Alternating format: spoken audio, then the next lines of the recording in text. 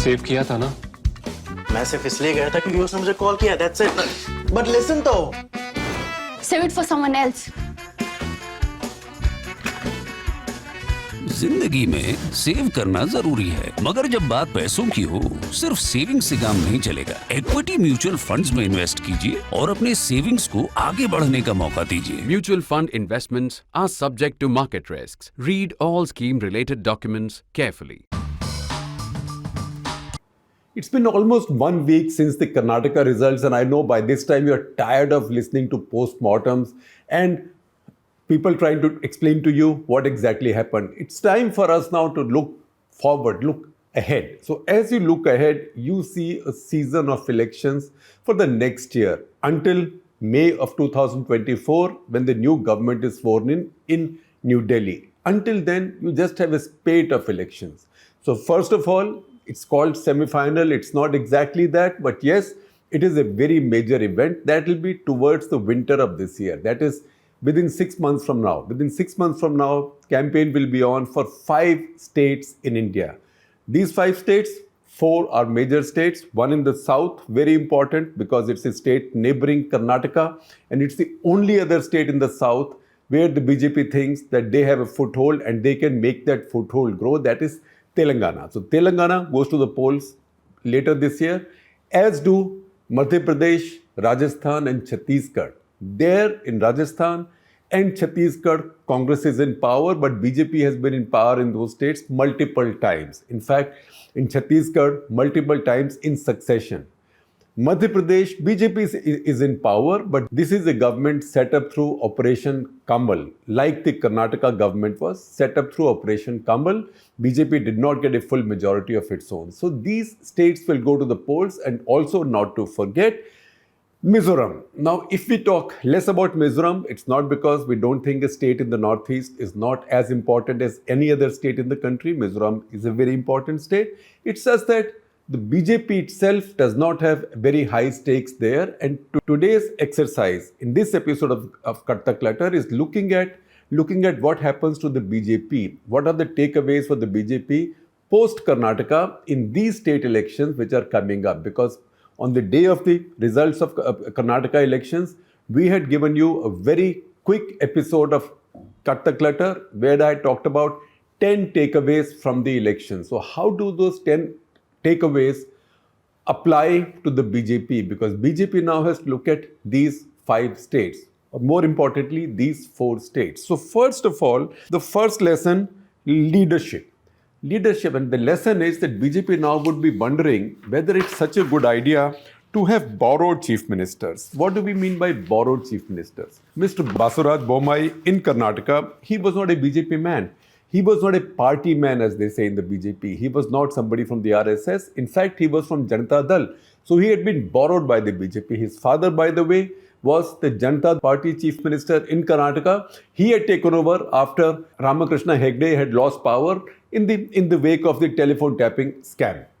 Now, Basuraj Bommai was borrowed from the Janata Dal, which was more of the socialist persuasion, not of the BJP RSS persuasion. But because the BJP did not have another leader, they put him up there, and BJP did not like the leader they had, that is Yediyurappa. Now that did not work out. It also did not work out. The fact that it did not work out was evident in the campaign because almost never did the BJP seek votes for him. And they never said that they will be their face for chief ministership in the future. So what is the message? It doesn't matter who my chief ministerial candidate is. You vote for my symbol because the prime minister is asking you to do so, and then we'll figure out who the chief minister is. Now, if the BJP is so lacking in talent within its own ranks that it has to borrow a chief minister from outside, it is not something that is working right now. And that was the lesson driven home to the BJP by Karnataka. Now, if you see that, look at also the current crop of BJP's chief ministers. So BJP at this point has, say, 11, I will say 10 plus 1 chief ministers. 10 plus 1, I'm counting one separately because BJP does not have a chief minister there, but BJP is the larger party there. they've had to concede the chief minister to somebody there that is from the Shinde Shiv Sena. So of these chief ministers, 6 are BJP originals. They are party men. They are people who've come through the ranks of the party and the RSS. Who are these 6? Look at the count. You will see pictures. Shivraj Singh Chauhan in Madhya Pradesh, Manohar Lal Khattar in Haryana, Pushkar Dhammi in Uttarakhand. Yogi Adityanath did not exactly come from the RSS. He had his own Hindu Yuva Vahini, but he is pretty much from the same parivar and he's always contested from the BJP ticket, so he qualifies. Pramod Sawant in Goa and Bhupendra Patel in Gujarat. Then you see those BJP chief ministers who are not from the BJP, and there I'm also counting in for the moment Bomai, although he's just lost power, because all of this underlines a phenomenon. These are Himanta Biswa Sarma, congressman. BJP adopted him. He now sounds more like a BJP man than any BJP man.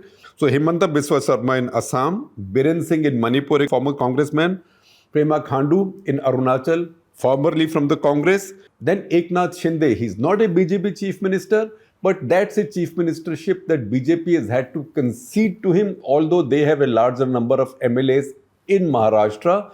That is where he's used his leverage. So BJP has had to give this chief ministership again, not to a party person, but to an outsider.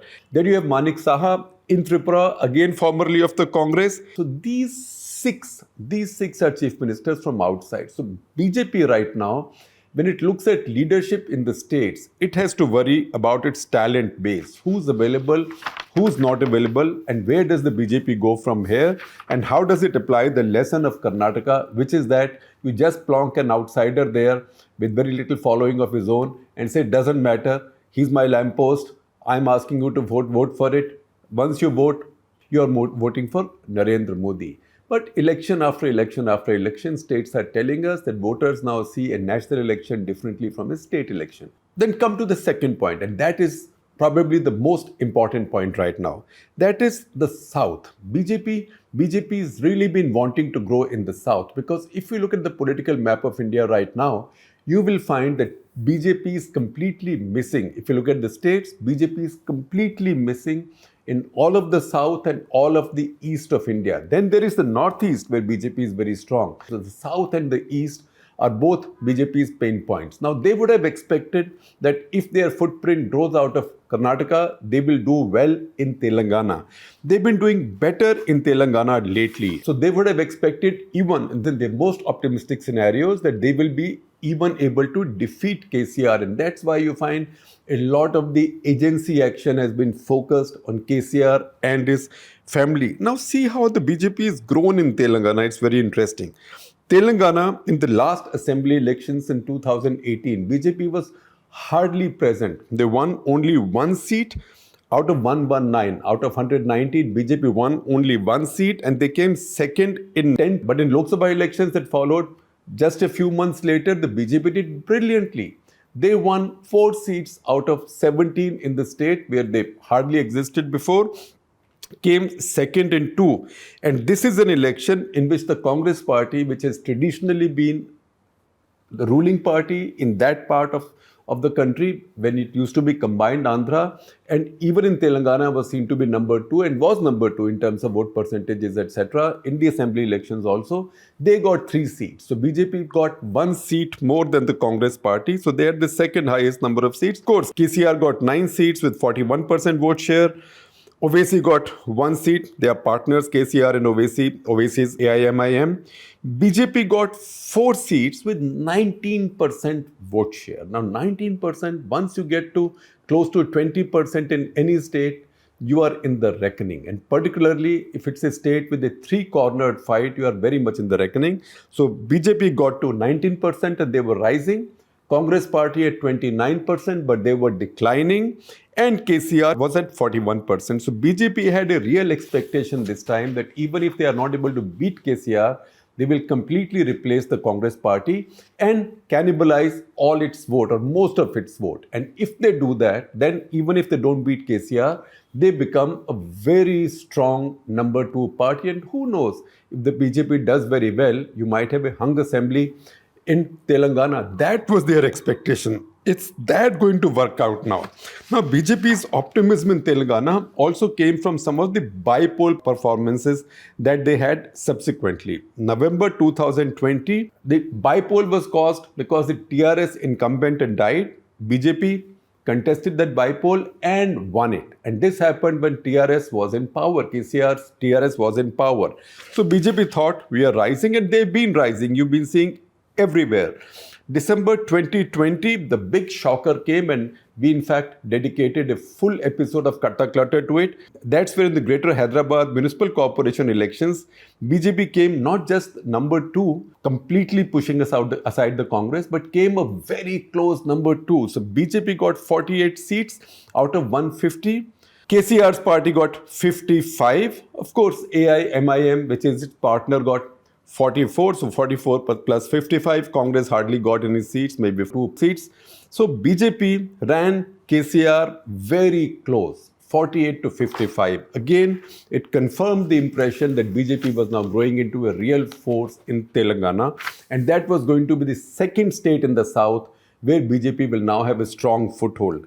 Then came the Huzurabad bipole in November 2021. Again, a turning point, was seen as a turning point. That's when a minister in KCR's cabinet, Etala Rajender, who was sacked by KCR from his cabinet over a controversy of an alleged land grab in which he was said to be involved. And he joined the BJP. Bipole was caused and he won that bipole. He retained that seat on the BJP ticket now. That was seen as a big setback for KCR, and that made people start thinking that maybe now TRS and KCR were weakening, and at the same time BJP was rising. Of course, November 2022, a year later, there was another bipole which was caused by the fact that the Congress MLA there had defected to the BJP. So once again, BJP was seen to be party on the rise. So Congress MLA had defected. There was a bipole that the TRS won. Now, if you looked at all that, BJP would have thought that they have a very good chance. But now, what impact with this setback in neighboring Karnataka have in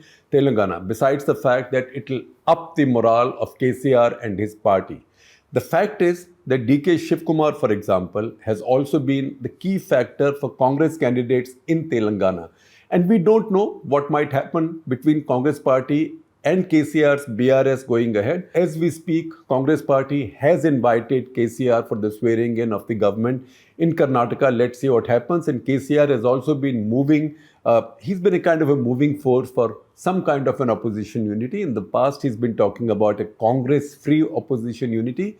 But in the current situation, we don't know how things will be. So BJP has worries on the Telangana front, because if they don't do well later this year in Telangana, that means they'll be decisively out of the south for quite some time. Next, Madhya Pradesh, Rajasthan. Madhya Pradesh, Rajasthan, BJP has the same problem. Madhya Pradesh, Rajasthan, Chhattisgarh. Who's their chief ministerial candidate? Can they go to these polls without a chief ministerial candidate? In Madhya Pradesh, they have an incumbent. It's not an incumbent who they like very much, simply because they don't like, this BJP does not like anybody who was rooted from the Vajpayee era. Because many of these leaders who came up in the Vajpayee era were also seen as prospective prime ministers going ahead, or prospective national leaders going ahead. Shivraj Singh Chauhan in this term is actually a much weaker chief minister than he's been in the past. Again, his government was put together through Operation Kamal. He's also taken a lot of the Scindia loyalists who defected from the Congress party, then won by-elections, then came into this government. They extract their own price. They also demoralize his party. BJP people, whether you like it or not, no matter how loyal you are to the party, you think that, look, I've been working in this party for 30, 40, 50 years, going to the Shakha every day, and these guys come from outside. Just because they were critical in that Operation Kamal, they become so powerful and so rich, right? So they feel rotten. Now, Shivraj Singh Chauhan, as a result, is a much weaker chief minister than he was in the past, when he went to the polls as the incumbent in 2018. Congress has been campaigning, so let us see what does the BJP do, and that's a choice they will have to make, because they don't have an obvious successor for him. Do they go to the polls now saying that Shivraj Singh Chauhan, who's young enough, is going to be our next chief minister? If they do so, it will be out of character for them. If they name any of the others, I can give you some of the names. If I tell you some of those names, you've heard of some of those names. There is a central minister, Narendra Singh Tomar. There is Narottam Mishra, who's very voluble, who makes headlines all the time, not always for the right reasons, for saying the right things. And of course, there is Jyotiraditya Scindia. But once again, if he's put in front, you will have a double complication. One, that once again, BJP will be choosing as its chief ministerial candidate somebody who came in from the Congress. So, yet again, that will be an imported chief ministerial candidate or chief minister going ahead for the BJP. That will show a talent crisis within the BJP. And second, if they then also choose Vasundhara Raje in the adjoining states, that's Rajasthan, and Vasundhara Raje in Rajasthan for them is also a challenge because again, they haven't liked her very much because she has a mind of her own. She's not always been fully compliant to the high command because she sees herself as a leader in her own right, not somebody for whom somebody else gets the votes, because if somebody else was getting the votes, she would not be taken so seriously. In Rajasthan, she's been ignored for a long time. So if they put her in front in Rajasthan, which they might have no choice other than doing, then do they then nominate as their chief ministerial candidates members of the same family, an aunt and a nephew in the two adjoining states? Those will be challenges that the BJP will face in these states. So once again, they'll be seeking votes in Modi's name. Again, in Chhattisgarh, BJP hardly has a leader. Do they go back to Raman Singh? Raman Singh is somebody they haven't paid much attention to all these years. And even the last time, 2018, when the election took place, it did seem that this BJP, this leadership was a bit tired of him. Once again, he had come from the Vajpayee era and was seen as somebody who could win elections on his own. But when he lost that election, after that, although he's been made party vice president, but how much does a party vice president in the BJP national vice president matter? That's basically a sinecure, and he's been there.